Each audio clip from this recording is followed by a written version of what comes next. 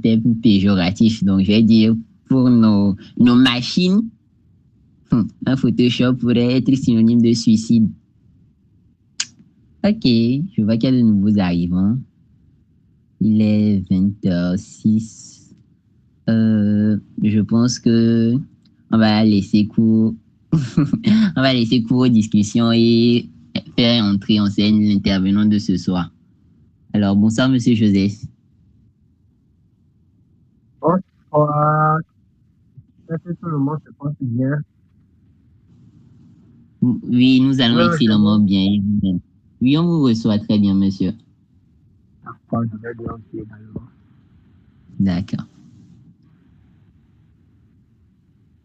J'espère que la fois passée, vous avez essayé de beaucoup. Hein. On a beaucoup. On a beaucoup appris, hein. Surtout moi j'ignorais la notion de prototypage, mais après avoir suivi le tuto que vous avez laissé, ça m'a beaucoup instruit. Vraiment beaucoup. C'est bon de l'entendre. Aujourd'hui, ce cours-ci, bon, vous allez être beaucoup à l'écoute parce que j'aurai à poser des questions au cours du cours pour que vous puissiez répondre au fur et à mesure. Donc, si possible, restez à l'écoute aussi. Soyez attentifs.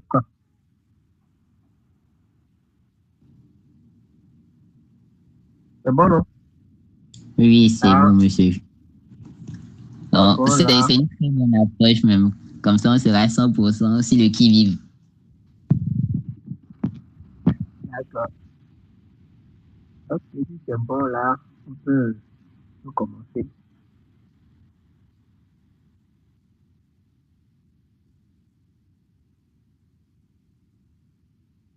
Donc, aujourd'hui, on continue avec la séance sur le design, le UI.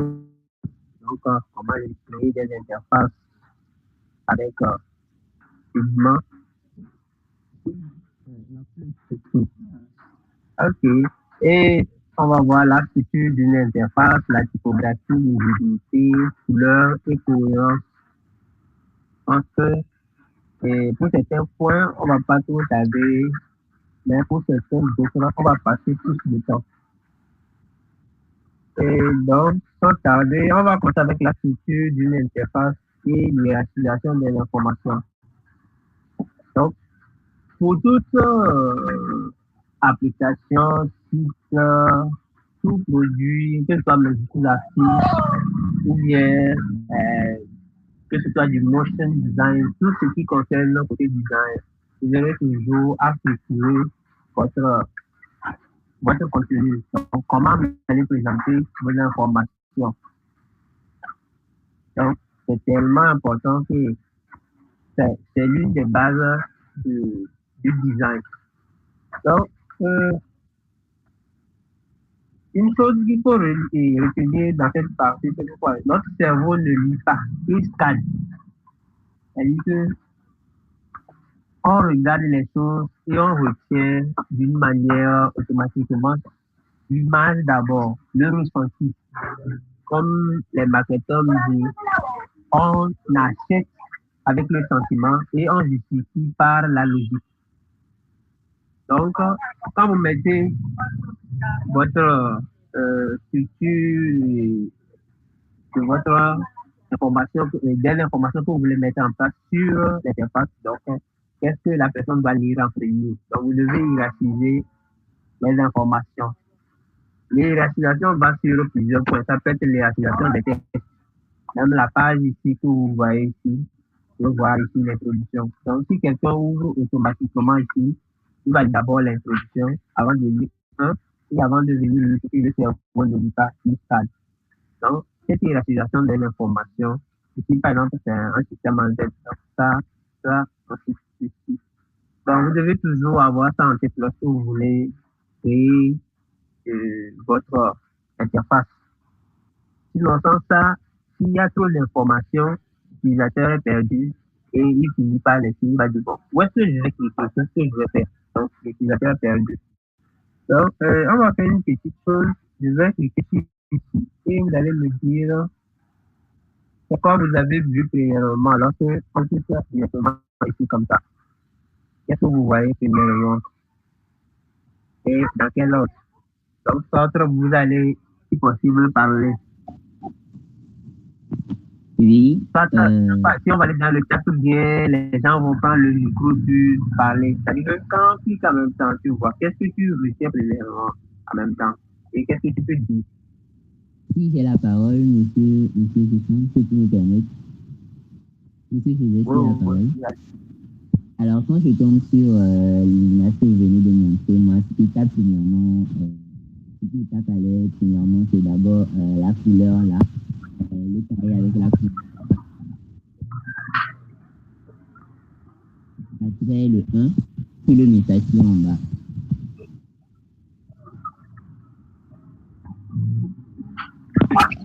D'accord, c'est cool. Ton micro, tu te disais mal. Ah, pour ceux qui ne m'ont pas bien saisi, quand je regarde, vous parlez de la page où il y a le 1. Quand je regarde ça, c'est tout simplement, c'est quelque chose que le carré, il y a la couleur avec le rose et le bleu. Après le 1, puis le message. Ton micro est encore parti. Et je vois d'abord le carré contenant la couleur là. Oui. Et puis après le 1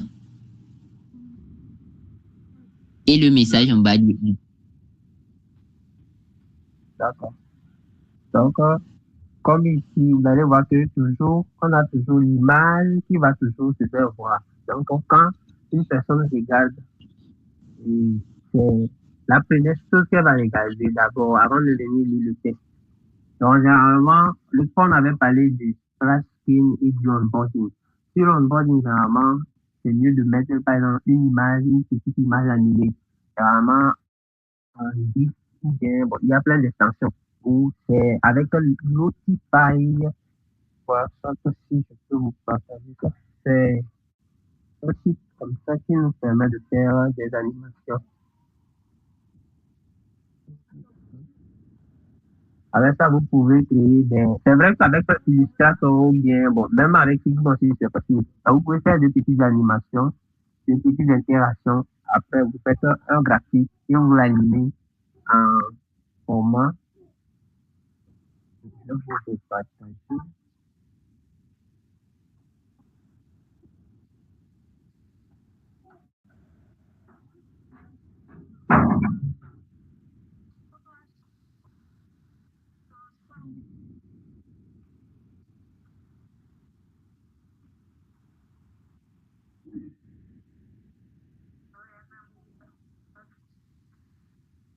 Donc, comme vous pouvez le voir, je vais revenir normalement à la page d'accueil. Ok, voici un design comme Alive with Motion. Donc, comme vous pouvez le voir ici, ben, il y a des applications comme Duolingo qui utilisent de l'Otify. Des fois, c'est à faire avec même, on peut exporter ça en JSON pour utiliser ça au niveau des applications. Donc, je vais en même temps vous mettre ça déjà dans le chat. Comme vous pouvez déjà le voir, vous avez vu que ici, par exemple, dans le congrès du AIS, forcer, continue. Donc, ces petites animations, l'utilisateur le comprend plus facilement que de mettre beaucoup de texte. Donc, des fois, le fait de mettre une simple image et l'animer, ça parle beaucoup plus que de hiérarchiser beaucoup de texte. Des fois, comme on l'a dit l'autre fois, l'utilisateur est de nature et même une personne, un être humain normal est de nature paresseuse. Donc, qu'est-ce qu'il faut faire à ce que la personne ne puisse pas trop réfléchir, trop réfléchir.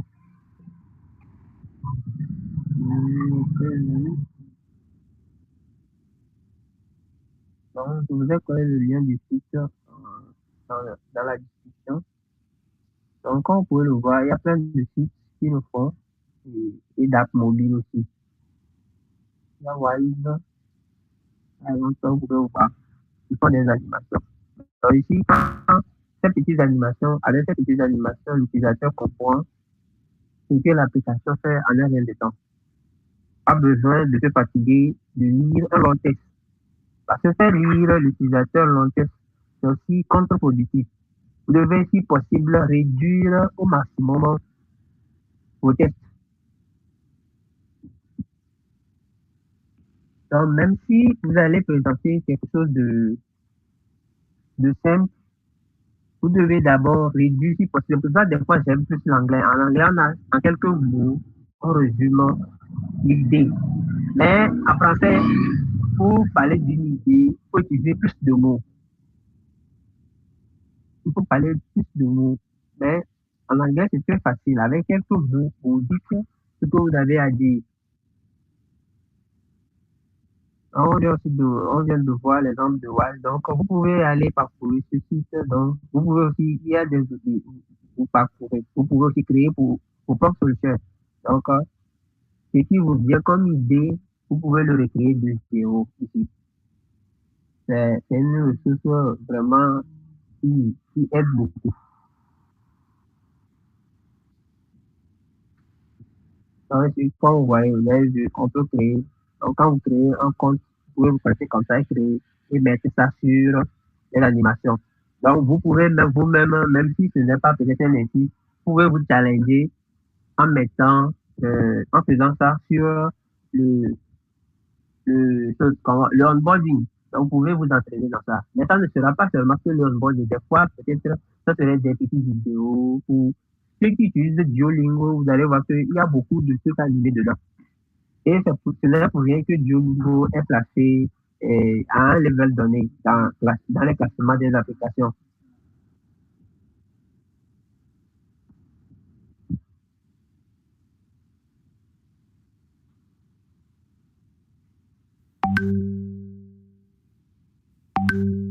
Donc, il y a aussi des sites qui permettent de gérer les rationalisations aussi. Donc, ça, après, je vais vous partager ça dans le groupe où ça vous montre des zones.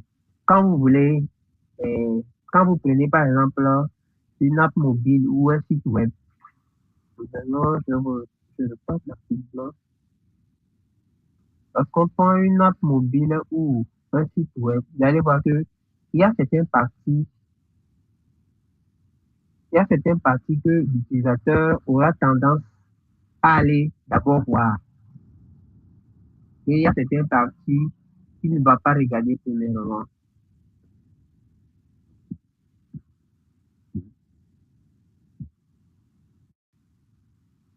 Et là, ça relève un peu de la psychologie. Donc, quand vous prenez une app, quand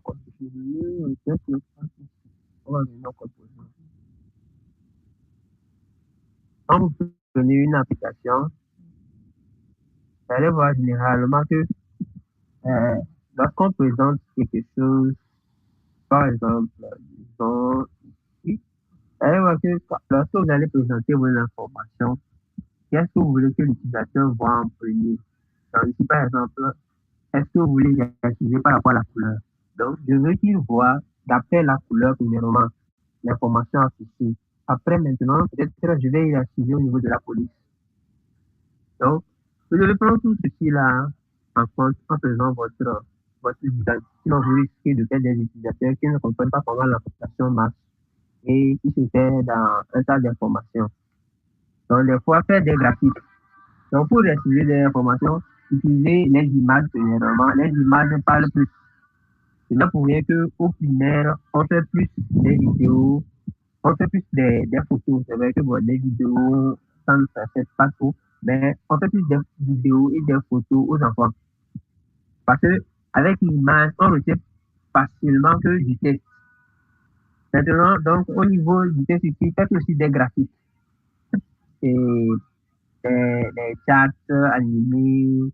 Donc, avec ça, utiliser des images avec des icônes parlantes. Donc, quand actuellement, par exemple, le menu en beau tout le monde sait que Ça, c'est un menu hamburger. Donc, avec ça, vous savez où aller, vous savez comment faire. Mais si vous ne...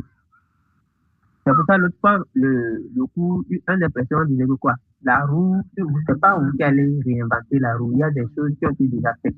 Donc, vous continuez juste dans le sens là. Le menu hamburger, même si vous allez peut-être essayer de déplacer, bon, peut-être le recréer. Il ne faut pas qu'il soit tellement différent de ceci pour que lorsque une personne vient cliquer, elle ne se demande pas où est le menu. Maintenant, il y a certains sites même carrément même qui écrivent le menu.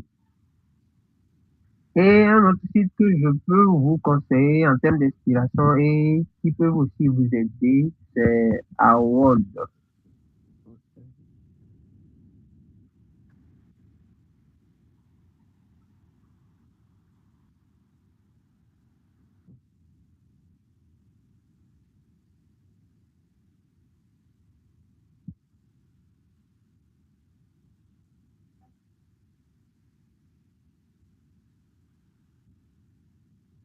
Si vous voulez, en termes de site web, si vous voulez les dernières inspirations, le site ici, Award, c'est une des petites, comme on dit.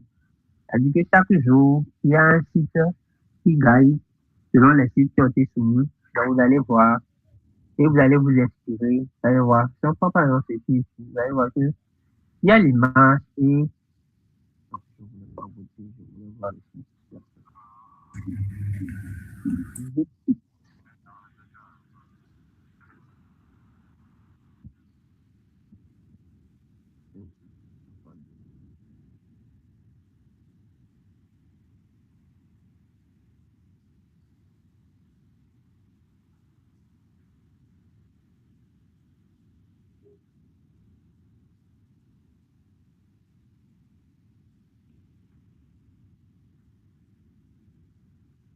Vous voyez déjà l'animation, là, déjà avec l'animation de début nous parle déjà de ce que le site fait. Donc, ici, quelqu'un demandait l'autre fois que est-ce qu'on met aussi des splash screens qu'on a eu à parler euh, au niveau des sites web. Donc, tu viens aussi, ce qui est dans le live, donc, tu viens de voir que ici aussi, on peut mettre aussi des animations splash screen. Donc, aussi, vous l'avez vu, il y a des vidéos. Donc, avec la vidéo seule, on comprend que, donc, ok, en fait, ici, là, on parle des artistes, des stars, hein, des gens qui prennent des prix. Et maintenant, ce que je dis, c'est three weeks of company under one roof, this experience we never forget. Donc, c'est les enfants qui parlent. C'est pour ça, moi, je préfère directement vous montrer ce genre d'exemple-là. C'est les enfants qui parlent. Avec ça, vous voyez directement comment se présentent les informations. Donc, à chaque niveau, vous avez vu qu'il y a une certaine cohérence. Donc, vous avez vu que c'est le même système qu'ils ont utilisé pour faire certaines choses. Donc, alors, chaque jour, si vous vous levez, surtout si vous faites du design, même si vous faites des sites qui sont beaux comment, c'est ici la référence. Un peu comme le Grammy, voilà, pour ceux qui font de la musique là. Donc, Award, c'est pour les développeurs de sites. Donc, c'est ici que vous allez voir le site de l'année, enfin, le site du jour. Donc, le site du jour, partagé.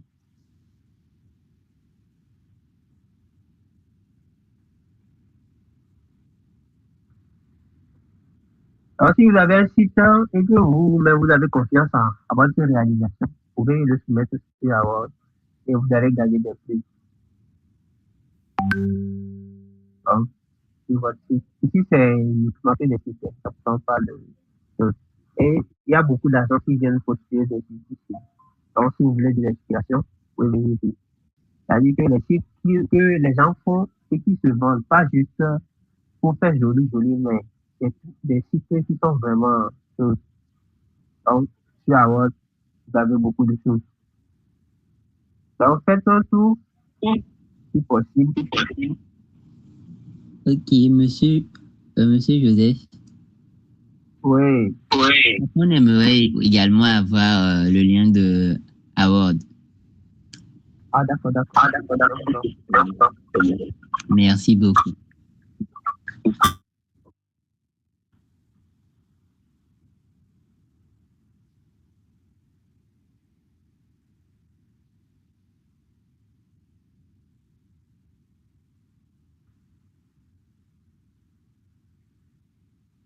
Alors, le site que vous allez voir jeudi demain, ça peut changer parce que chaque jour, on vote le site du jour et vous pouvez soumettre. En tout cas, pour moi, je serais content de voir des Togolais qui gagnent ces awards-là. Ça serait très bien. Je l'espère que parmi vous, là, on va commencer par voir des gens qui remportent des awards. Mais il faut faire vraiment des designs. Quand vous allez vous-même visiter, vous allez voir que les gens réalisent des choses.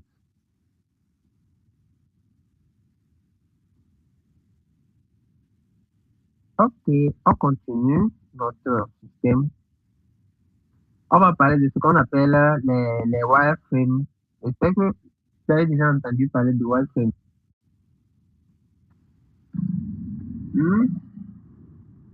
Est-ce que vous avez déjà entendu parler des wireframes?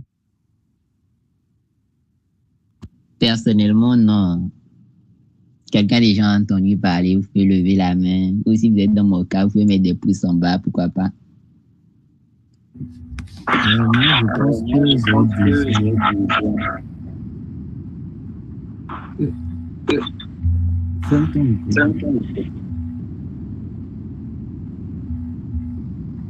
Personne ou bien, ok, il disait que, Oui, il y a Héritier qui disait que vous l'avez déjà entendu, mais pour ma part, et je pense bon nombre d'entre nous. Puis, Péniel aussi a déjà entendu parler du concept. wireframe. Oui, wireframe.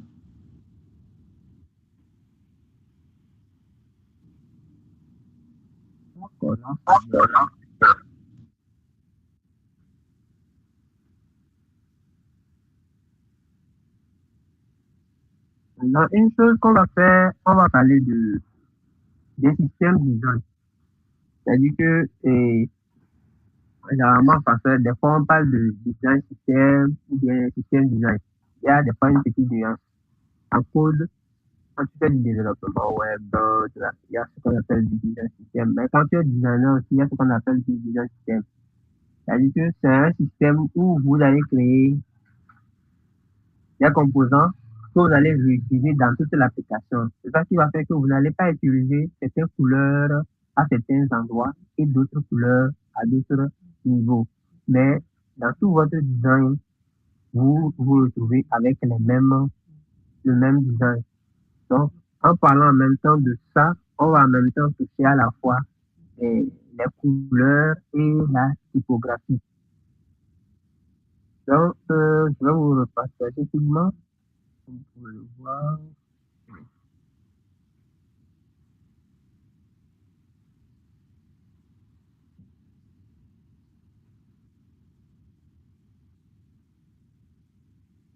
C'est bon, non? On le voit. D'accord. Donc, ici, par exemple, vous pouvez voir, pour un système design, vous allez faire, s'il te plaît, juste ok, c'est bon. Et donc, vous devez définir les couleurs primaires, les couleurs secondaires. Tout ceci là, donc la couleur neutre, yellow, green, ça dépendra du projet. Donc, vous devez définir toutes vos couleurs si possible, avec leurs différentes variantes. C'est ça qui va permettre à ce que vous n'allez pas avoir une couleur avec une certaine hexadécimale ici et avoir une couleur d'une autre, disons, variation quelque part d'autre. Mais dans tout votre design, il y a une cohérence. Donc, vous ne pouvez pas voir, vous pouvez pas voir ici la couleur d'ici, la différer d'ici et aller différer sur une autre page. Mais on est, par exemple, la même couleur partout. Et maintenant, par exemple, ici, c'est la couleur principale. Donc, lorsque vous allez utiliser votre couleur principale, vous savez que là, c'est la couleur principale. Et lorsque vous utilisez la couleur secondaire, vous savez que c'est la couleur secondaire. Et les autres couleurs, ça dépendra de ce que vous utilisez. Est-ce que c'est le blanc de fond qui est toujours la base dans toutes les applications? Ou le rouge pour peut-être faire les alertes et autres dans l'application. et le vert, ça dépendra si c'est l'explication. Donc, avec le système design, vous pouvez définir ça. Et aussi définir votre typographie. Donc, la police. Donc, vous devez définir pour la police, par défaut, disons, vous allez choisir la police principale. Par exemple, ça, c'est pour les grands titres. Ça, c'est pour les H1. Et là, en même temps, vous aurez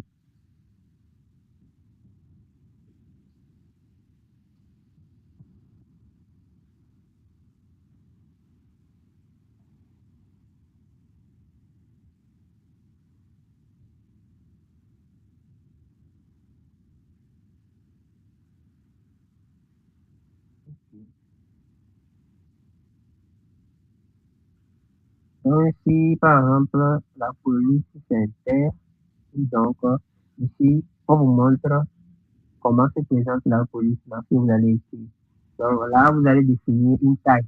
Par exemple, taille 68 pour bon, la police ici que moi j'ai par exemple, j'ai défini ici pour ce système design, par exemple, c'est le moonwalk. Bon, on l'appelle à notre Michael Jackson, moonwalk. Donc, c'est ça créer une police comme ça de ce genre. Donc, ça, le H1, donc pour les grands titres, le H2. Donc, ainsi de suite, vous devez définir toutes ces tailles-là.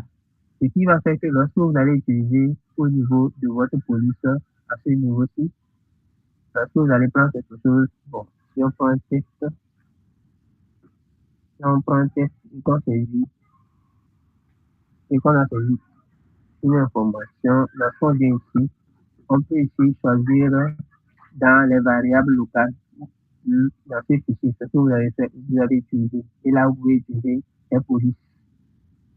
Et là, vous pouvez définir. Bon, on va voir ça un peu plus tard. Donc, dans le système design, vous allez définir tout. Donc, la typographie, les couleurs, les couleurs, donc ça dépendant du projet que vous allez faire, la couleur principale que vous voulez utiliser. Donc, les couleurs. Et il y a ce qu'on appelle les tokens. Donc, ça, c'est pour pouvoir les utiliser et les accorder une interface à l'autre. Ou même les polices, simplement. Ça vous permettra de définir les variables. On va aussi arriver aussi à ça. Donc, on va voir ça de manière pratique. Même les effets, comment vous allez mettre les shadows, hein, les bordures, les ombres. Vous devez définir tout cela au préalable. Ce qui va faire que lorsque vous voulez ajouter des effets à ce niveau ici, dans ce panel ici, vous savez que c'est quel type d'effet que vous allez utiliser. Car vous avez déjà défini ça au préalable. Donc, quand vous êtes organisé dans votre système design, ça vous permet d'être cohérent dans tout votre système. Que ce soit pour le projet, si vous avez un site web et mobile à la fois, on ne va pas retrouver des boutons de certaines couleurs ici et des couleurs différentes ici. Ça ne permet pas d'avoir confiance au produit que vous êtes en train de développer. Donc, même les bordures, vous devez aussi les définir, les bordures. Donc, tout ce que vous allez utiliser dans votre système, vous devez définir voilà, tout ceci-là. Donc,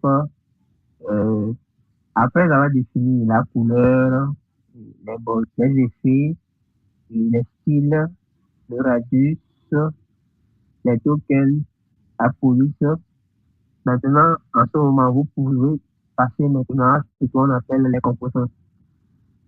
Les composants, généralement, vous allez en trouver de tout genre. Ici, par exemple, les composants, ça regroupe boutons. Les boutons, les inputs, les radios. Donc, si vous voulez les boutons que les gens utilisent généralement, vous pouvez aller sur, par exemple, Chatfuel. Bon, c'est un peu c'est un site pour les devs.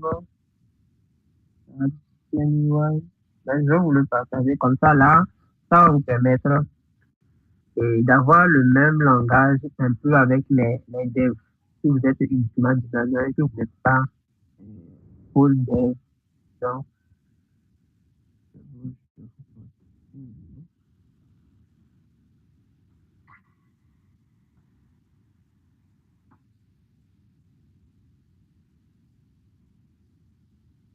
Donc, si quelqu'un se demande quel composant je vais créer, ici, vous voyez à peu près tout ce qu'on peut créer ici. Quand vous allez dans la section composants, je vais vous mettre en même temps aussi le lien du site dans le groupe.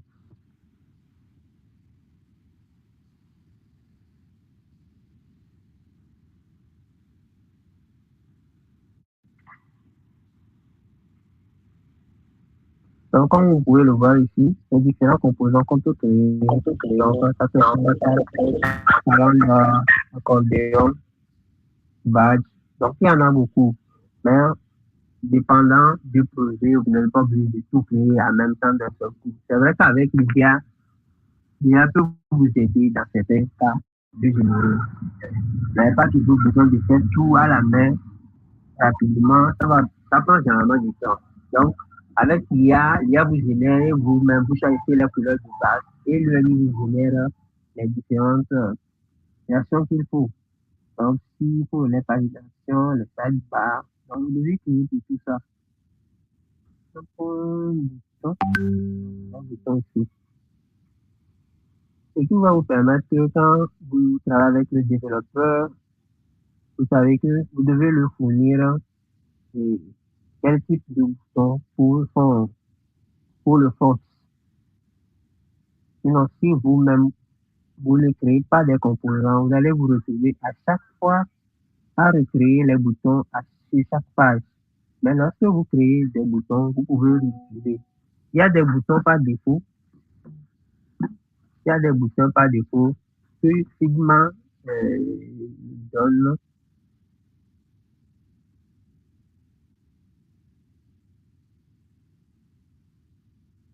Donc, ici, lorsque vous allez avoir que ici, il y a File et puis ici, il y a Asset. Au niveau d'Asset ici, vous allez voir qu'il y a certains composants qui sont déjà là. Il y a déjà certains composants. Mais lorsque vous avez déjà créé certains composants par vous-même et que vous les utilisez, par exemple, j'ai créé les composants ici, je vais les utiliser ici. Donc, il suffit de venir dans Asset et puis je viens dans Browse to Library. Donc, ce que j'ai créé, euh, comme ça, Argentine, je peux vous montrer par exemple dans ceci ici. Ici, j'ai les components ici. Par exemple, j'ai créé ceci ici, comme vous pouvez le voir. Bon, je vais vous montrer tout de suite comment créer. C'est pas si compliqué que ça. Donc, ici, par exemple, ce sont des composants que j'ai eu à créer. Avec ces composants maintenant, je peux les réutiliser autant de fois que je veux. Donc, quand je suis ici, par exemple, là, je viens dans...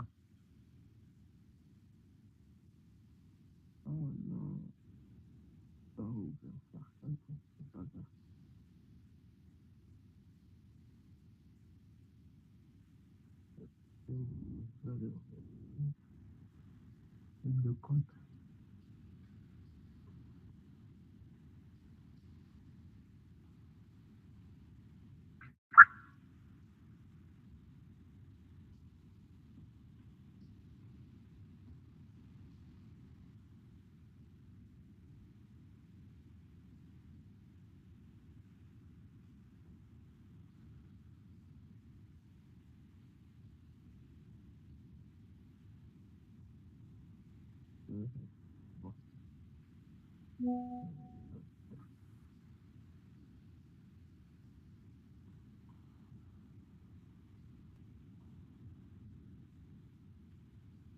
Parce que c'est pas grave.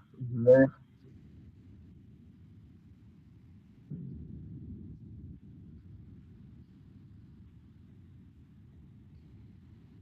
donc, on va voir à peu près comment créer les boutons. Quand je vais bien montrer tout de suite, une fois que vous avez créé, vous venir au niveau de l'aspect. Et puis ici, par défaut, voici ce que Figma nous donne. Donc, vous avez par exemple les composants de iOS UI qui sont déjà là. Donc, les boutons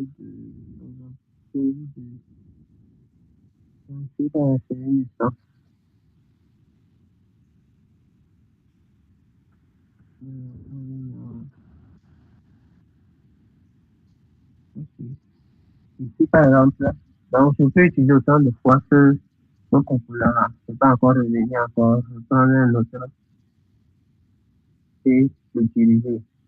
Donc, c'est mieux comme ça que à chaque fois, vous allez recréer votre bouton par de zéro, quoi. Donc, maintenant, comment créer un bouton? C'est assez simple, là.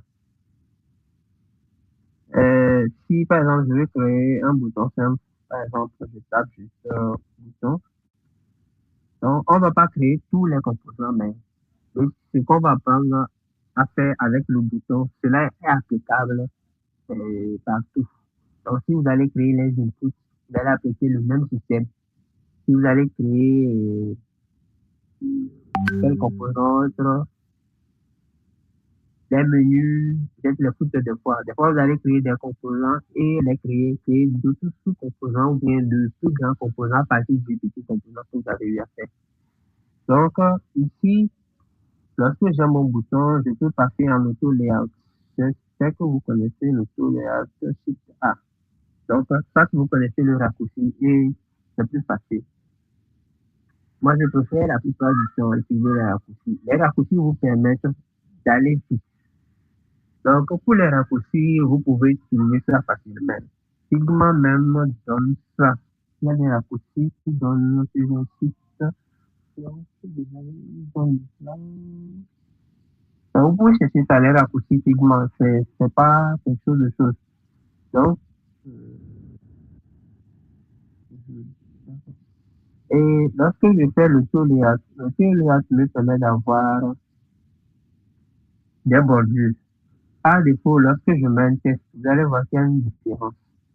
Lorsque je mets un texte ici, si je mets par exemple bouton, ici par exemple bouton, vous allez voir que ici j'ai des bordures internes dans ce bouton. Et ici c'est juste le texte. Vous allez voir que ici, dans la barre, ici les propriétés sont différentes. Quand je suis sur celui-ci, vous allez voir qu'il y a plus de propriétés. Ici, il est aligné, on peut l'aligner à gauche, on peut l'aligner à droite, on peut le mettre en haut, au milieu, en haut, centré, on peut le mettre en bas. C'est ça, c'est avec le fixe. Donc, quand je passe en auto-layout, vous allez voir que ici, là, ça se met automatiquement dans un frame ici. Tout on peut grouper, mais l'auto-layout est disons, la fonctionnalité, bien, je peux dire, fonctionnalité, on peut dire, c'est-à-dire que le plus utile sous Figma. Parce qu'avec le layout, vous allez faire presque tout avec le layout. Ça vous permet d'imbriquer les éléments, de les regrouper et d'avoir une bonne structure. Donc, vous allez voir que quand j'active le layout, automatiquement, ça me met sous un frame. Et j'ai mon bouton qui est là. Le layout aussi va vous permettre d'aligner les choses. Par exemple, si je pense au bouton et que je le duplique. Par exemple, si les deux là, je les mets en auto-layout. Donc, quand c'est ça, non. Donc, les deux là sont alignés comme ça. Vous allez voir que c'est aligné sous ce sens sur la page défaut horizontale. Je peux dire qu'ils vont être alignés sur la verticale. Vous avez vu? Et là, je peux changer. Donc, si vous savez comment utiliser l'auto-layout, ça va vous permettre d'aller rapidement sur beaucoup de choses. Donc, comme vous pouvez le voir ici, avec l'auto-layout, je le laisse ici. Maintenant, on vient ici, par exemple, sur ce bouton seul, j'ai appliqué l'auto-layout. Grâce à ça, maintenant, je peux mettre le style. Bon, chez moi, c'est en anglais. J'espère que chez vous, si c'est en anglais, vous aurez la même chose. Je ne sais pas l'équivalent en français, ça fait quoi. Le style, c'est le fond, donc le background. Donc, quand je fais style, comme ça, là, ça, j'ai une couleur blanche. Là, je peux changer cette couleur-là. Je peux changer cette couleur, comme ça. Par défaut, vous allez voir que ici, là, il y a le A à l'arrière, il y a toujours ça. Donc, il y a des extensions pour les contrastes. Mais par défaut, Figma même a aussi ça. Donc, si c'est comme ça, ça veut dire que le contraste n'est pas bon. Mais quand j'appuie dessus, lui, il va corriger. Il a trouvé le rouge qui est adéquat avec le blanc qui est devant. Et donc, c'est de cette même manière aussi, si je prends le texte Donc, il suffit de modifier et puis venir à l'intérieur. Donc, si je commence par mettre, par exemple, un rouge, vous allez voir que ça change. Quand j'appuie, il va voir que non, c'est ce blanc-là qu'il faut. Ou bien si je prends une autre couleur, qui devait être dans le rouge, il a vu que c'est pas bon. J'appuie, il va me corriger. Donc, il y a un contraste qui est à la fois automatiquement au niveau des couleurs. Donc, ça, c'est déjà des bonus. Et il y a ce petit piquet ou de ceux qui viennent de ça au Photoshop là. Ça, c'est presque partout dans tous les logiciels de design. Vous avez les couleurs. Maintenant, si c'est que définir des couleurs, des variables de couleurs, donc là, vous pouvez avoir ici. Comment définir par exemple les variables de couleurs? L'autre, vous venez ici, variable. Donc, vous venez ici au niveau des variables, vous allez créer par exemple ce qu'on appelle des variables qui c'est peut-être une couleur. Mais premièrement, vous pouvez pas les définir dans une collection. Donc, le système design, ça commence ici. Vous devez définir par exemple les couleurs que vous allez utiliser. Donc, après avoir les exemples de ce côté, avec les liens maintenant, c'est bien les choses plus facilement. Donc, ici, vous devez définir vos collections. Par exemple, ça serait pour, disons, la couleur.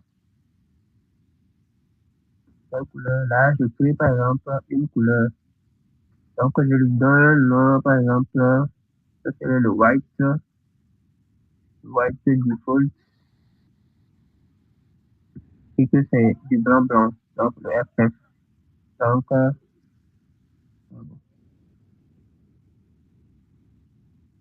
juste une autre couleur. Là, je dis par exemple gris white. Donc, ça serait un blanc, un peu plus foncé.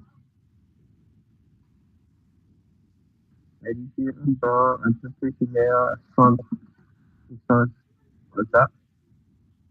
Et je peux utiliser par exemple aussi le, le green, par exemple, parce que je vais utiliser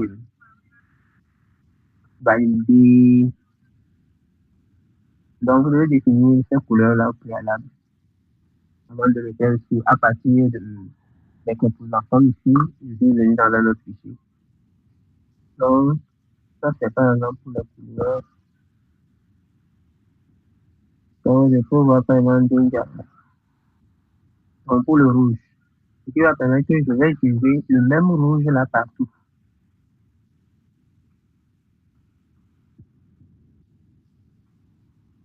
Le même rouge partout. Donc, je peux définir des variables pour les couleurs. De la même manière aussi, je peux définir des variables pour les nombres. Donc, par exemple, si je veux par exemple 12, une police 12, là aussi, le test aussi d'être, et la valeur c'est 12. Donc, autant comme ça aussi, on définit aussi pour les nombres. Par exemple, pour une police 16, les 15, bon, sont 15, 26, 15. Donc, pareillement, donc, à peu près, vous êtes en train d'apprendre comment définir les variables globales, ça. Donc, vous pouvez choisir aussi, par exemple, des boulets. Parfois, on peut définir, par exemple, on va tout de suite, des statuts ou comment on dit ça? Pour les propriétés des boutons. C'est-à-dire que le bouton, par exemple, est avec l'image, il faut une image. Donc, ça, par exemple, c'est une valeur qui est vraie ou faux. Donc, là, on peut mettre ça comme ça. On peut mettre un statut. On parle des pôles de cochonnerie.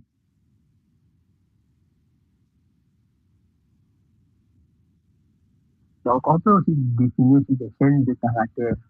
Par exemple, les valeurs de certaines choses qu'on va utiliser dans le design, par les tokens.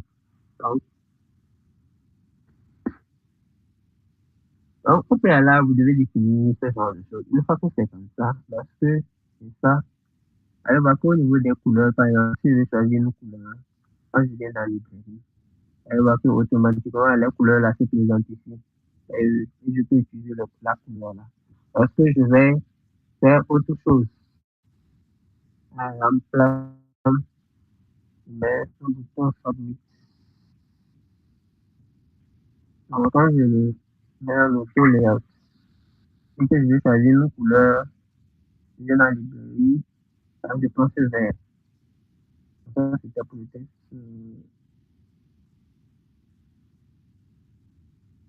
Donc, je vais mettre le fond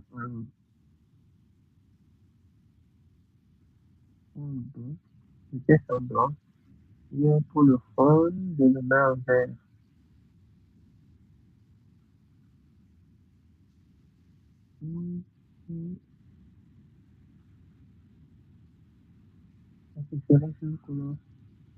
Ah, je n'ai pas donné ici. Oui. Donc, le fil, je donne le fil en vert, comme le vert là, il est là. Maintenant, pour le test, je le donne en blanc. On va voir qu'il y a le signe là qui montre que c'est une variable que j'ai liée. C'est une variable que j'ai liée. C'est vrai que les couleurs là ne matchent pas, le vert ne passe pas. Si je passe en custom, vous allez voir que ici, le A là n'est pas bon. Ça veut dire que le contraste n'est pas bon. Quand j'appuie, il dit que je peux utiliser ce noir-là. Mais je peux toutefois aussi utiliser du blanc. Mais vous voyez que le blanc là, ne se fait pas aussi. Donc, pas du tout. Donc, moi, je préfère aussi faire confiance à ce contraste de pigments. Donc, on a vu à peu près comment créer des variables dans l'environnement. Des variables globaux, quoi. Donc, maintenant, si j'ai mon bouton ici que je viens de créer ici, donc, il y a des marges internes. Comme ici, je vais l'aligner au milieu. Donc, qu'est-ce qu'il y a ici? Vous allez voir que ici, là, ça, c'est les marges à la fois sur la gauche et la droite. Mais je peux aussi les séparer. Là, j'ai ce qui est à gauche, et ici, j'ai ce qui est à droite. Vous allez voir que si j'augmente pour la droite, le bouton serait centré vers la droite. Ça dépendra de vous. Donc, je laisse sur le 10. Donc, à gauche et à droite, 10. En bas et en haut aussi, c'est 10. Donc, si je mets ici 5, par exemple, mon bouton serait 1, 1, et ici en bas.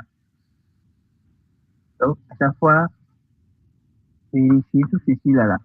Ensuite, l'arrondi, vous avez l'arrondi ici. Donc, on a la 10. Je vais mettre 5. En créant même les variables globaux, je pouvais mettre ça. Comment je vous ai montré le système design là-bas tout de suite. Vous pouvez voir que on pouvait définir aussi les radius là-bas et maintenant les ici. Donc, ce bouton-là, quel est l'intérêt? On va dire que bon, il n'y a pas besoin de faire tout ça là. Pour faire un bouton, je vais faire juste peut-être un rectangle comme ça. Un rectangle comme ça. Et puis, je viens, j'utilise du texte et puis je trouve dedans. Et puis, j'écris, par exemple, bouton. Il n'y a pas besoin de souffrir pour mettre, pour faire l'auto-layout là. Quoi ça me fait? L'auto-layout vous permet de faire quoi? Par exemple, si ce bouton-là, je vais changer le texte. Et que je vais mettre là quelque chose de plus long. Je mets par exemple texte long. Vous allez voir que ça dépasse le rectangle. Je suis obligé maintenant de venir encore réajuster le rectangle en arrière comme ça. Mais lorsque je suis en auto-layout, lorsque j'augmente même la taille comme ça, vous allez voir que le bouton s'adapte.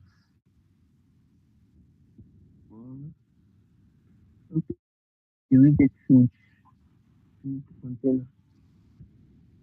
Ok, j'arrive, je vais vous expliquer ça tout de suite. Bouton, puis non. Vous allez voir qu'il s'est adapté. À chaque fois, il va prendre la taille.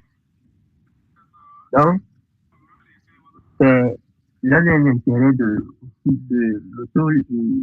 l'auto-layout. L'auto-layout vous permet d'adapter votre bouton au lieu de chaque fois réadapter ici comme ça. Donc, avec l'auto-layout, facilement, vous pouvez réadapter votre bouton. Donc, je voudrais parler par exemple des marges internes, en haut, en bas, gauche à droite, et ici, du radius. Le fil, c'est pour le background, c'est-à-dire la couleur du fond. Ensuite, vous avez le stroke. Stroke, c'est la bordure. Donc, par exemple, vous avez dit automatiquement, c'est passé en noir. Je vais mettre ça en grand bleu pour que tout le monde voit ça. Vous avez vu? Ça, c'est la bordure. La bordure. Ensuite, les effets. Donc, les effets, ça peut être, vous avez différents sortes d'effets, hein, comme vous pouvez voir. En même temps, quand j'ai appuyé, il a sorti un petit tutoriel pour m'expliquer. Ça, c'est 1000 fois mieux que je vais donner du test. Donc, si c'est peut-être une shadow, donc ça peut être une ombre interne à ce bouton, ça peut être du drop shadow, donc une ombre externe, donc du linéaire blue, comme vous pouvez voir. Quand je passe en même temps, certains effets se font voir en même temps. Texture, glace, donc comme vous pouvez le voir automatiquement. Donc, on peut ajouter des effets, donc background, bordure, le fil, ensuite le stroke, les effets, et ici, bon, par défaut, lorsqu'on est en auto-layout avec quelque chose comme ça, il sélectionne toutes les couleurs qui sont dedans. Et ici, on peut les changer de manière globale ici. Aussi, on peut changer les couleurs ici.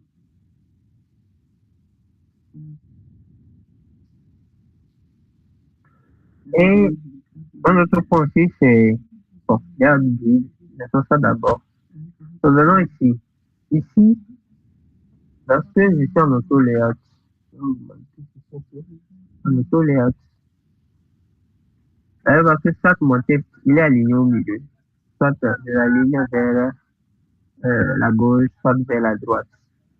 Ici, vous avez le widget, donc la largeur du bouton. Lorsque j'ai la largeur de mon bouton, ici, il y a 6 widgets. Donc, c'est-à-dire que la taille de mon bouton est fixe. Il ne s'adapte pas au texte qui est à l'intérieur. Donc, quand le texte est trop long, il ne va pas s'adapter. Mais quand je fais un switch, donc là, automatiquement, il va s'adapter quand le texte est long. Et quand le texte est plus court que le bouton, là, il va que lorsque je vais peut-être élargir ça comme ça, et que je vais prendre lui, il va automatiquement prendre la plus petite taille, mais sans toutefois compresser le bouton. Mais si c'était que j'utilise peut-être ceci il est aussi dans notre auto-layout, et qu'il y a un autre auto-layout. Donc, soit je peux dire qu'il s'adapte à la plus grande taille. Ça, c'est pas fiché en même temps. La autre, il va s'adapter automatiquement. Si c'est que j'avais mis des variables, je peux en même temps ici définir, si j'avais défini des variables globales, je peux les utiliser ici. Et si on peut utiliser la, la taille minimale pour le widget, c'est-à-dire que la largeur. Généralement, quand vous allez faire pour les développeurs web, c'est des fois, pour pouvoir rendre la page responsive, il faut qu'il y ait une taille minimale à ne pas dépasser pour qu'elle puisse toujours s'adapter à l'écran. Donc, tout ceci là, c'est applicable à la hauteur. Vous allez voir que ici il s'adapte donc il va s'adapter de manière un peu plus petite. Quand je fais fixe et aussi, ça veut dire que peu importe lorsque j'augmente, il ne va pas prendre en compte ça. Donc, j'ai augmenté ici. Mais lorsque je vais taper mon texte, arriver à un niveau donné, il va dépasser, il va dépasser le bouton. Il ne va pas prendre en compte. Il ne va pas prendre en compte le bouton là.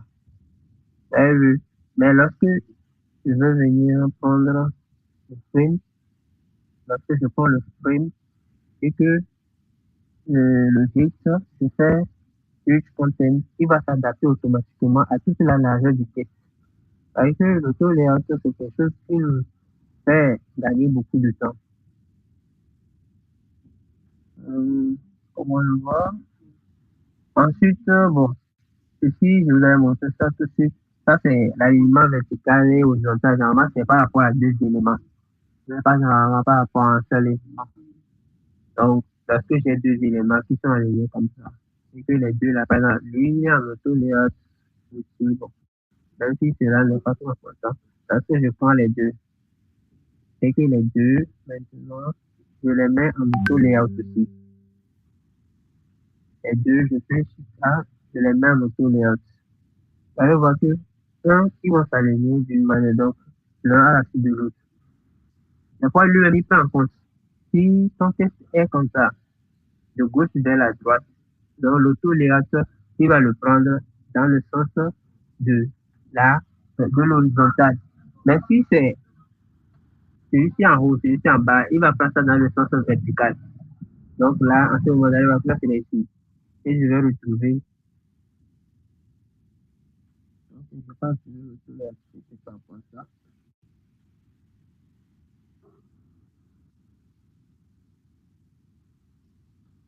Donc, parce que j'appuie par rapport à ça, le bouton va se retrouver en bas.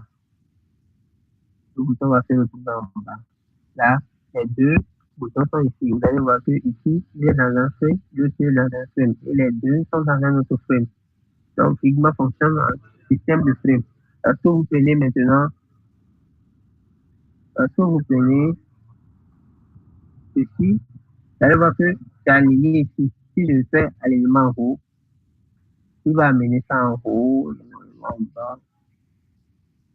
Si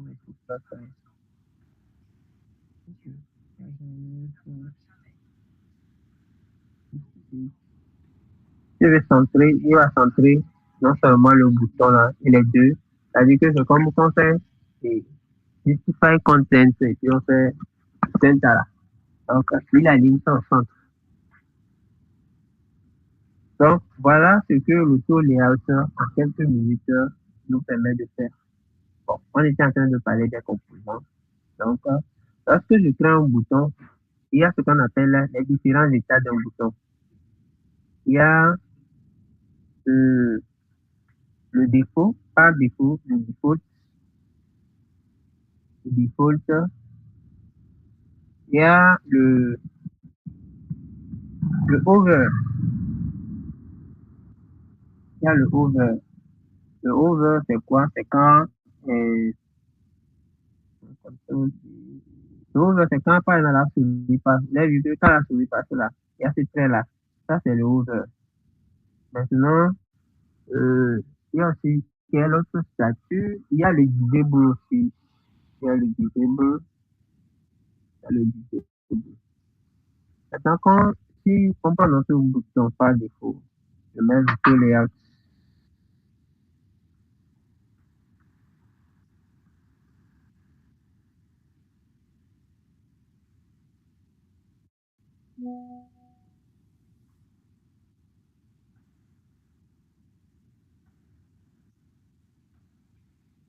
Donc, je vais le mettre par exemple une bordure, un style, une idée, là. Je vais augmenter légèrement la taille, mettre une bordure de 5. Ok, je ne vous ai pas parlé de ceci là, je vais en même temps rapidement vous parler de ceci. Et ici, c'est pour, disons, en degré par rapport, vous voulez roter votre bouton. Donc, si je commence, vous allez voir que le bouton est penché. Donc, ça, c'est pour faire la rotation. Ici, c'est quand vous voulez peut-être le tourner en miroir. Ici, ça, c'est sur miroir côté horizontal. Ça, c'est vertical. Ici, ça, c'est carrément le côté à 90 degrés. Chaque chose, comme on le dit ici, c'est pas les maths, mais c'est comme dans un repère autonome. Il y a la position sur X et la position sur Y. Donc, chaque élément est positionné par rapport à quelque chose dans le canevas, comme ici, comme vous savez. Donc, cet espace-là, le noir derrière là, vous pouvez aussi changer sa couleur ici. Changer sa couleur. Donc, cet espace derrière le noir là. Donc, ça, c'est le canevas. Donc, par rapport au canevas, vous pouvez, c'est par rapport au canevas qu'on définit, disons, la distance de chaque élément. Ça, c'est pour aligner un élément à gauche, à droite. Donc, ça, c'est à gauche. Ça, c'est à droite. Ça, c'est centré. Ça, c'est en haut. Ça, c'est au milieu. Ça, c'est en bas. Donc, maintenant, notre bouton, donc, par défaut, là, j'ai mon bouton. Maintenant, pour le transformer par un composant, vous allez voir ici, quand j'ai appuyé ici, vous allez voir qu'il y a 3 icônes. Il y a le premier, Toggle Ready for Dev Status. Ça, si vous avez Figma gratuit, vous n'aurez pas, vous ne pouvez même pas l'utiliser. Maintenant, ici, vous venez créer composant. Donc, le raccourci, c'est CTRL-ALT-K. Donc, quand j'appuie dessus, vous allez voir que la couleur de bordure a totalement changé. Donc, pour dire que maintenant, c'est un composant. Lorsque j'ai appuyé que c'est un composant, lorsque je viens dans Access maintenant, vous allez voir que je viens dans les composants par défaut. Ici, vous allez voir que voilà mon composant. Je peux le glisser ici comme ça et l'utiliser comme je veux. Utiliser comme je veux. Ah oui, donc c'est l'intérêt de créer des composants. Maintenant, pour aller un peu plus loin au niveau des composants, on peut ajouter des propriétés à ces composants. Il y a, quand vous créez un composant, il y a deux choses. Et il y a ce qu'on appelle les variables et il y a ce qu'on appelle les propriétés. Ici, je peux ajouter des propriétés. La propriété, ici, donc quand j'appuie sur le plus ici au niveau des propriétés, soit je peux ajouter un variant, soit un booléen, soit une instance, on va voir ça. Donc, premièrement, on va voir les propriétés. Donc, on va voir, disons, booléen. Bon, avant de faire booléen, ce que je vais faire, par exemple, à mon bouton là, je vais ajouter des images. Vous avez vu que lorsque je change quelque chose sur les parents, automatiquement, le bouton qui aussi change. Quand je change ce bouton change. Mais si tu ne veux plus là, tu fais detach ou fixe. Là, ça veut dire que même quand je vais changer ici, là, ça ne va plus avoir de répercussions sur l'enfant.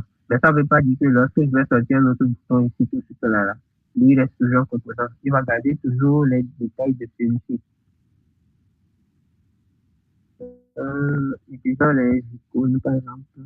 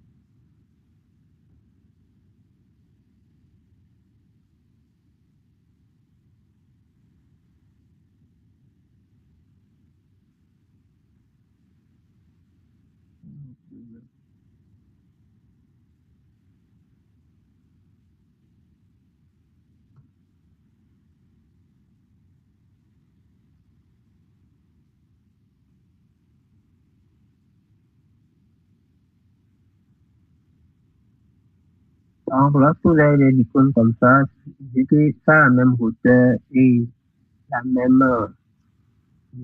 largeur, vous pouvez juste ici, ça permet d'associer, de lier les deux.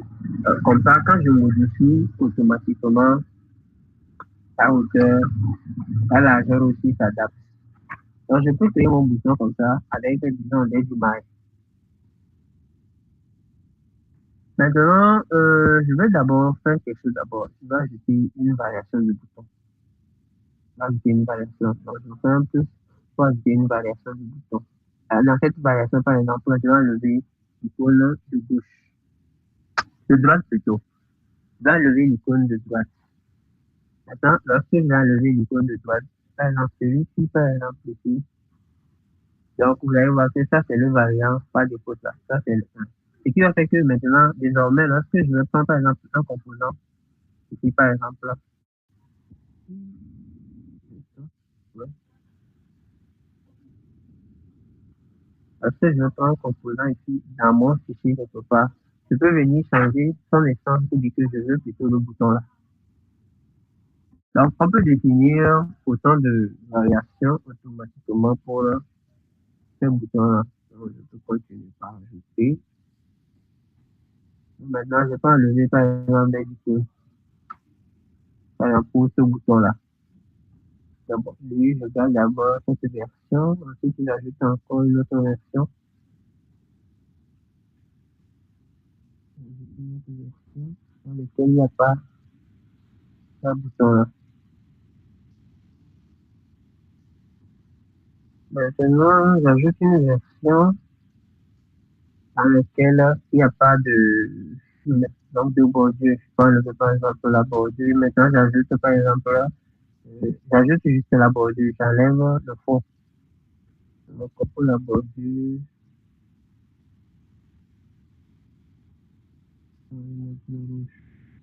et la police, je vais changer ça. J'espère que vous allez pouvoir reprendre ça vous-même et qu'il n'y aura pas de soucis.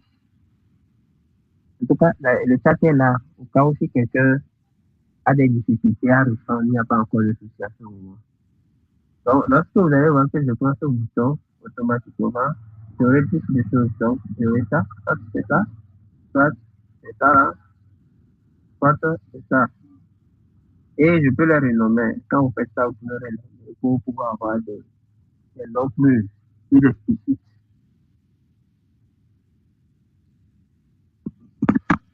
Donc, ça, ce sont des variations de notre bouton. Donc, pour ce même bouton, je peux avoir autant de variations.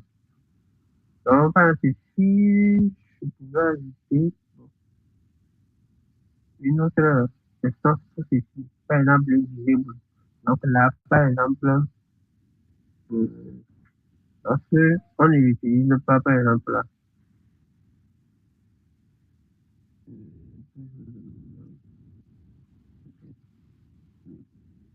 Donc, ça, par exemple, c'est le visible. Donc, au cas où peut-être que la personne va appuyer sur le bouton, ça ne va pas faire chose. Donc, par exemple, je vais mettre par exemple un over, donc pour le over, donc ça peut être, je vais juste un peu donc, donc, dans ce cas, lorsque la personne passe le bouton sur le bouton, et sur ce bouton-là, par exemple, c'est ça là qui va venir. Et ça même, pour pouvoir, par exemple, créer ça, on peut faire de petites animations. Ou, pour ceci, par exemple, je vais un prototypage tout de suite, par exemple, et que ici, vers celui-ci. Donc, ça veut dire que, par exemple, on mouse enter. Donc, on mouse enter. Donc, continue. Donc, ça va changer en celui-ci. Donc, voilà, en fait, dans l'instant. Donc, je ne veux pas mettre trop d'animation. On va garder ça. Et ça, par exemple, c'est le verbe. Donc, c'est tout, par exemple, là.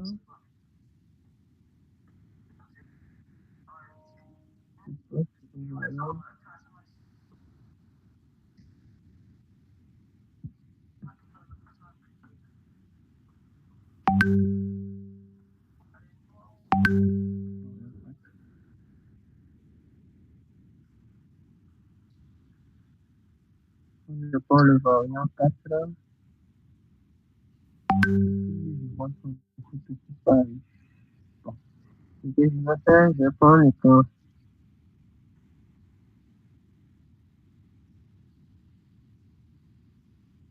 Et puis, je vais mettre le bouton dedans. Je mets le bouton dedans.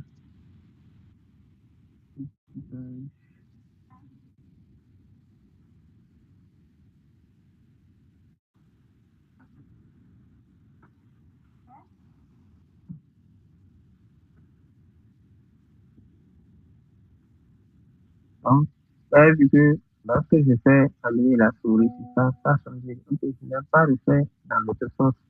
Donc, normalement, une fois ici que je suis la souris qui fait, il faut qu'il revienne ça là.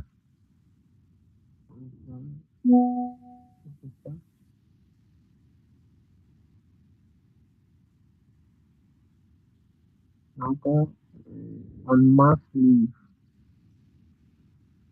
Donc, lorsque la souris quitte sur ce bouton, donc il ramène sur le 4. Donc, normalement, c'est automatique. Il prend en compte ça, il va actualiser ceci. Parce que la souris va entrer, il va actualiser.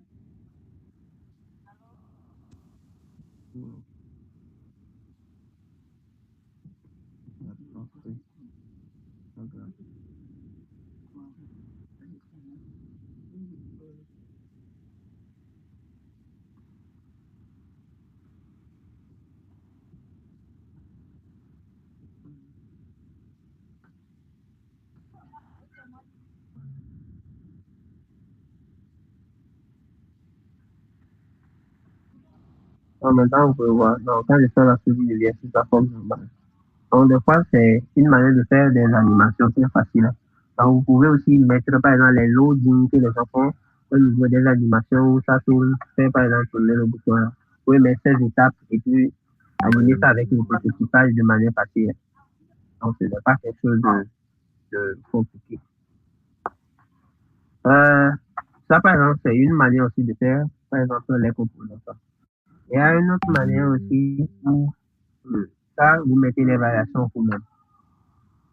Parce que je vais vous montrer, parce que je vais vous montrer ceci ici. Vous allez voir qu'au niveau des composants, ici directement, juste avec celui-ci, les deux là seuls, on peut ajouter les, les propriétés. Donc, au lieu d'en faire beaucoup, comme ça, au lieu d'en faire beaucoup comme ça, vous pouvez faire juste deux et ajouter des propriétés. Ensuite, je pense que ici,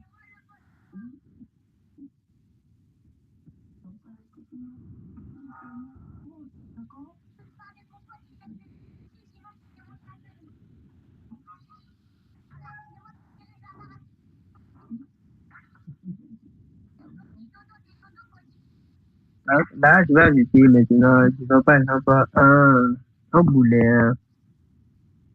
Donc, je parle des choses ambulantes pour créer propriété. Maintenant, j'ai créé cette propriété. Je peux l'appliquer par exemple à ce bouton. Donc, pour ce bouton, par exemple, je peux dire qu'il y a par exemple une image, ou bien bon, les images de quoi, par exemple, les couleurs.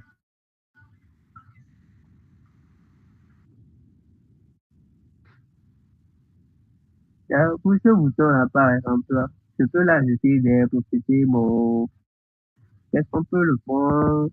Le qu'on ajoute par exemple le style, on va l'ajouter un style, notre petit, et on va plutôt parler par exemple des icônes qui est dans le bouton. On peut prendre par exemple des icônes.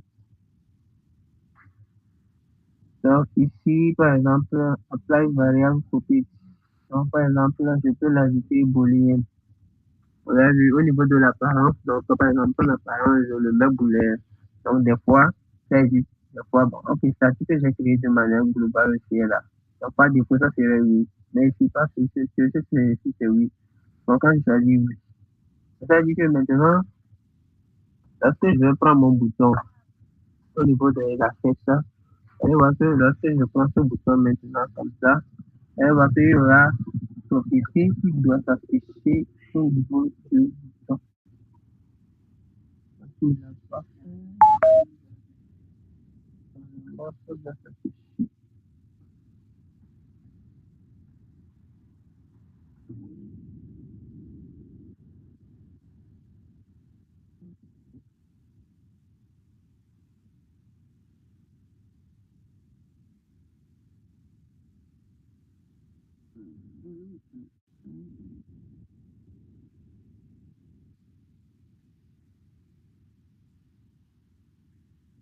Ici, dans la bordure qu'on avait la crayon, qu'on avait utilisé ici.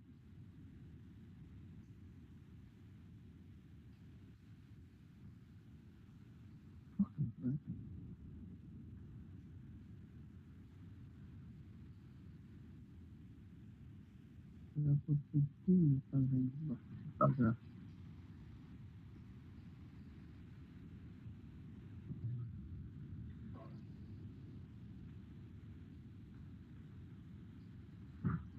Donc, quand je pose dans le texte, je peux s'appliquer au texte, par exemple, la propriété.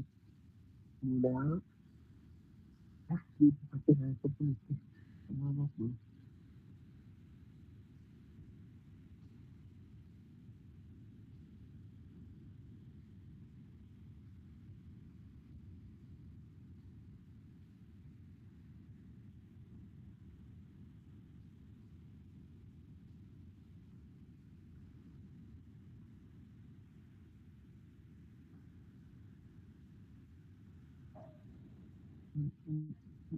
Non, c'est ça.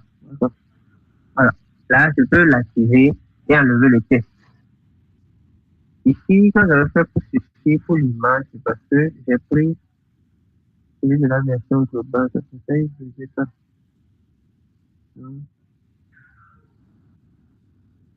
Donc, il me connaît ça maintenant. Normalement,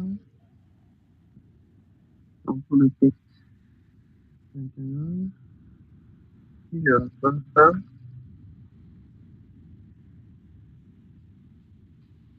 encore le texte qui s'affiche plus.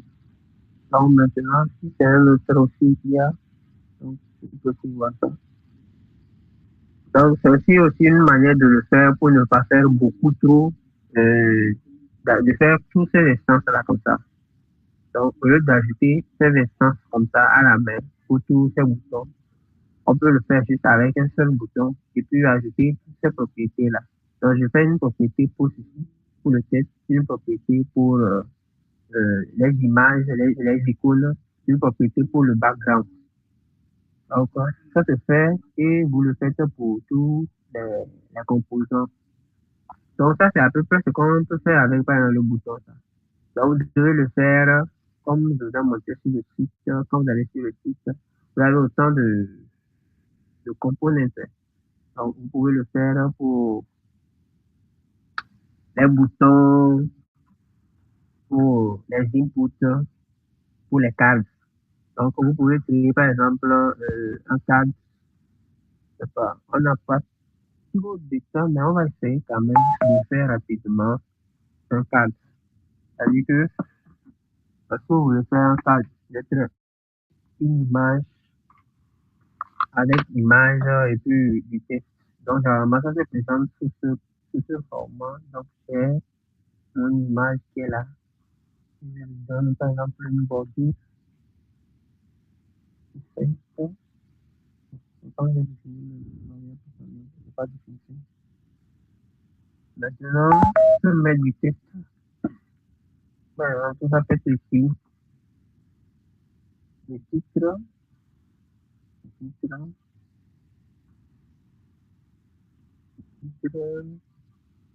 comme ça. Ensuite,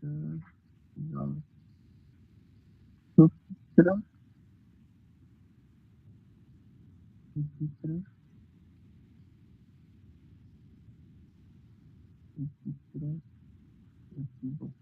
J'ai mis ça police. J'ai vu que j'ai mis police à défaut, donc il va gérer ça. Ben, vous pouvez toujours détacher et puis aller regarder votre propre police. Vous voulez mettre un peu plus petit.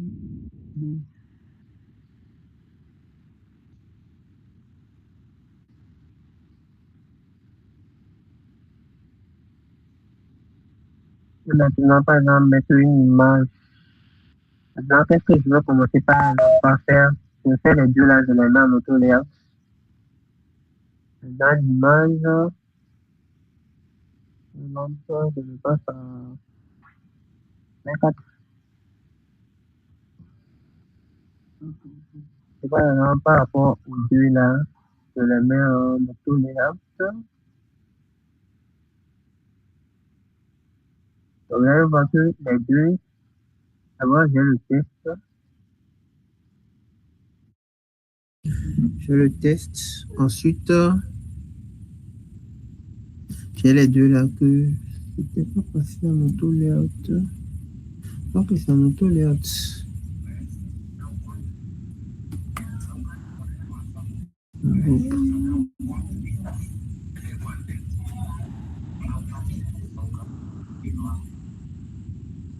Donc, et les deux, je vais le mettre en auto-layout avec ceci. Auto-layout. Maintenant, vu que je suis en auto-layout, l'intérêt, comme on disait, l'intérêt, je peux mettre un fil. Bon, ici, c'est vrai que je ne veux pas que ce soit totalement bon chose. Hein. Mettre ça. Je peux mettre maintenant des marges internes et externes. Donc ici, il est aligné par rapport... Ici, par rapport à ceci. Donc, je peux augmenter l'espace entre ceci. Enfin. Qu'est-ce qu'on appelle, je ne vous ai pas parlé du clip to content là aussi. C'est un peu comme quand on avait parlé des 8 là. C'est-à-dire que quand quelque chose dépasse, disons, la forme totale, là, lorsque le test là va serait plus long, il va automatiquement être caché. Donc, c'est un peu le clip to content là. Des fois, on l'utilise pour animer. Par exemple, si je veux faire plusieurs cartes comme ça, et que toutes ces cartes-là, je les mets par exemple en auto-layout, et tous, je les mets en auto-layout, et que sur, par exemple, certains sites, vous allez voir qu'il y a une animation des cartes où ça passe comme ça. L'un passe de gauche à droite et il y a une flèche pour les animer. Donc, des fois, pour le faire à partir de Figma, c'est comme ça que vous pouvez le faire. Donc, vous mettez plusieurs cartes. Ceci, c'est pas encore fini.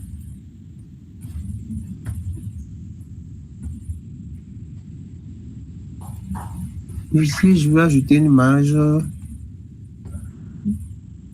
Seulement, il y a du petit.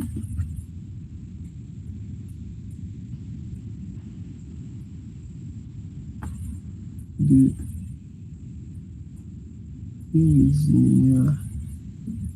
ici, 2.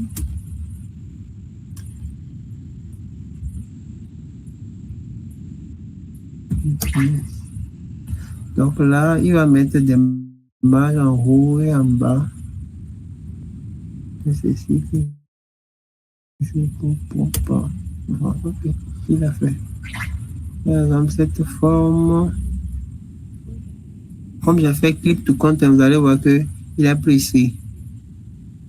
D'accord, ici le 8, je vais faire H. Voilà, pas comme ça, regarde-moi ça comme ça. Donc les deux là n'étaient pas en auto-layout. Le test est... Le test...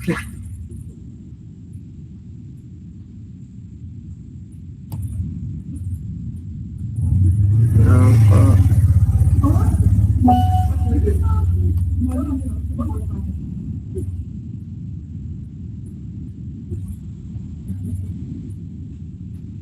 Donc là, à peu près, bon, mais je vais donner un arrondi.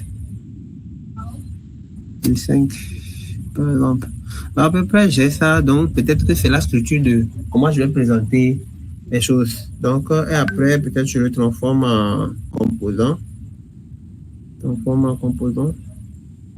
maintenant, si c'est que je veux l'utiliser ailleurs, je viens dans Asset, et puis je l'ai ici, comme ça. Là, je peux l'utiliser autant que je veux. Donc, je peux dupliquer ce composant-là et puis l'utiliser comme ça. Là. Donc, voici au moins l'usage aussi des composants. Bon, je pense que mon heure est arrivée à expiration. Si vous avez des questions, il est temps. Donc, j'espère que vous êtes là et que les gens ne dorment pas. Non, on est là, effectivement. On a tellement appris. Moi-même, le modèle. J'espère que vous n'avez pas tout oublié aussi. Non, on va les appliquer, vos précieuses astuces et conseils.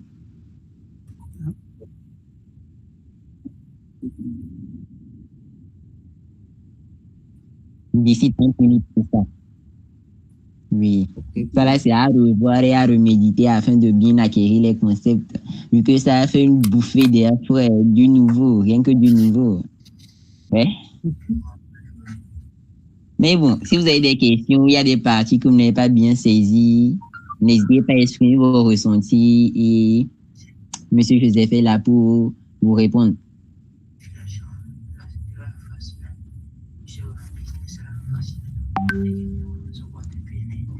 Pas de questions, ça va. Bon, si au moins ça va, mettez les cœurs, likez, on va voir que vous êtes là, mais là, on ne sent pas que vous êtes là, vous n'êtes pas là, on ne sait plus. Les gens dorment. Je viens de faire présence à l'ancienne. Ah, ok, oui, Monsieur Amégondien a levé la main. Oui, vous avez la parole. Ok, merci de m'avoir accordé la parole et merci aux formateurs d'avoir beaucoup donné à ce qu'on comprenne bien la pratique et comment faire le truc. Moi, j'ai une question par rapport au dernier component qu'elle a créé. Bon, je voulais demander si, je suis sûr que les trois exemplaires là, de component, ils sont tous liés? Si on modifie le component original, leur duplication se sera modifiée ou bien quoi? Ou bien y a-t-il un lien direct entre eux? Ok, c'est ça ma question. Merci.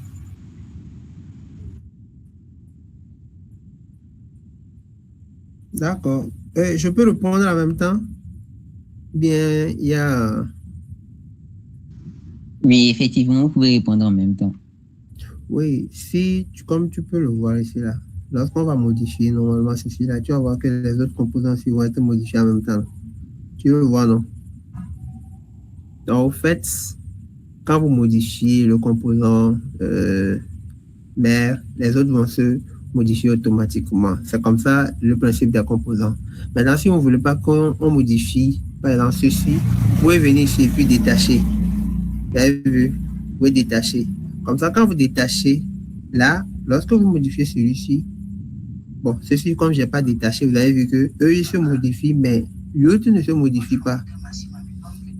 Et ici même, c'est parce que je me suis arrêté même pour les composants. Sinon, normalement, par exemple, le rectangle là, on peut l'adapter pour qu'il puisse filer le contenant. Donc, il va s'adapter automatiquement, même si j'élargis sur la largeur, vous allez voir qu'il s'adapte automatiquement.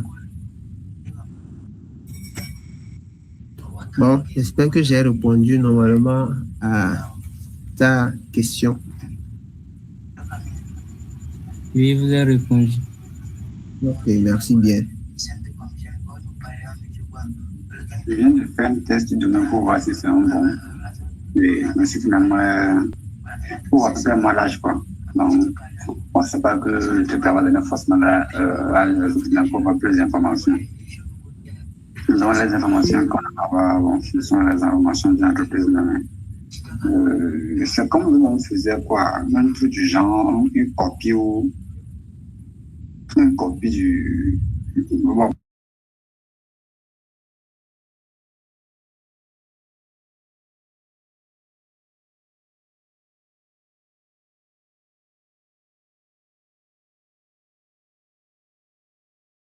et qu'on appelle.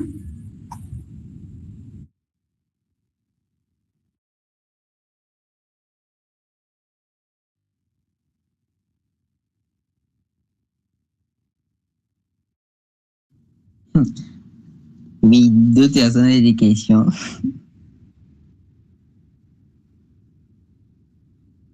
C'était sorti momentanément là.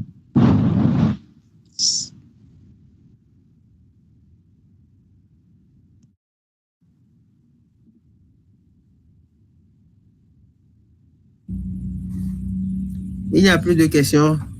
S'il y a quelqu'un qui a posé une question dans le chat, c'est de savoir est-ce que l'on pourrait avoir accès aux pailles d'exercice en public? C'est-à-dire? Non, ceci n'est pas un exercice, mais bon, je peux vous partager ça dans le fichier Figma. Je vous exporte ce fichier-là, que je vous envoie ça. Ah oui, ça nous ferait plaisir. Et ça nous aiderait énormément. D'accord.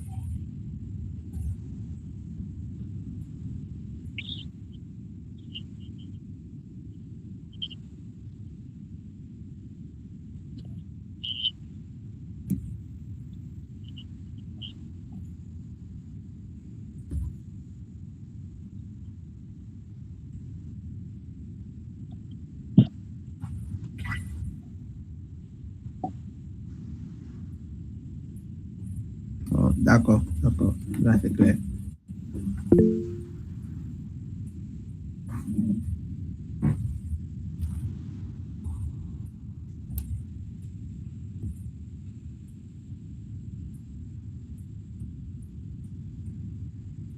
Autre question.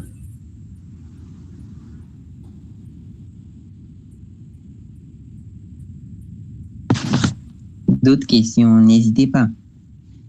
Au moins, mettez les camps, on va savoir que vous êtes là. Bien. Ou bien de faire la présence à l'ancienne.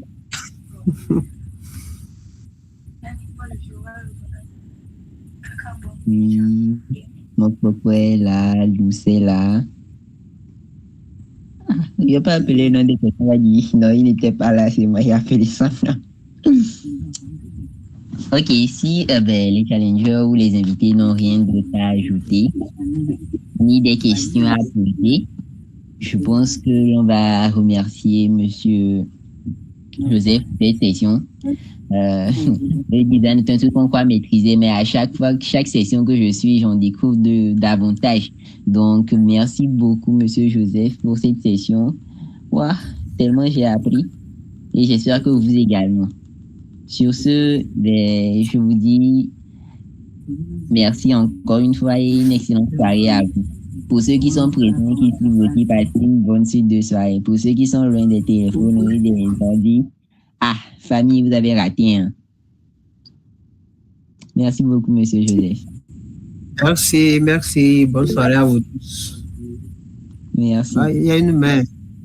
Ah oui, il y a une main. Oui. Monsieur Josué, vous avez la parole. Ouais, j'aimerais demander au formateur aussi s'il a des templates ou bien par rapport à certaines commandes pour vite travailler avec Figma, tout ça, ou bien certaines astuces là, il pourrait nous proposer ou bien préparer ça et nous envoyer aussi, ça sera bien. Merci.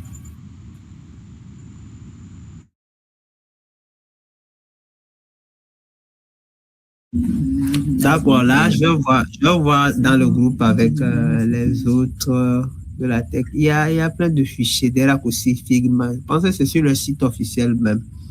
J'avais un fichier comme ça, Figma, où il y a tout le raccourci. Donc ça vous permet de travailler rapidement en connaissant le raccourci. Mais c'est les mêmes presque raccourcis partout. Hein. Donc, on va vous partager ça dans le groupe. Merci beaucoup, Monsieur Joseph. D'autres questions? D'autres doléances? Plus qu'un? Ok. Je pense qu'on peut alors déclarer la session officiellement close.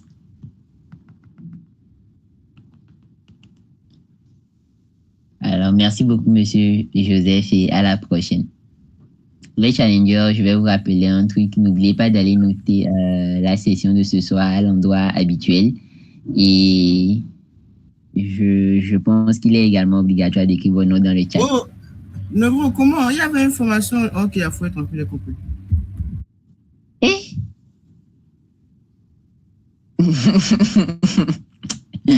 Non.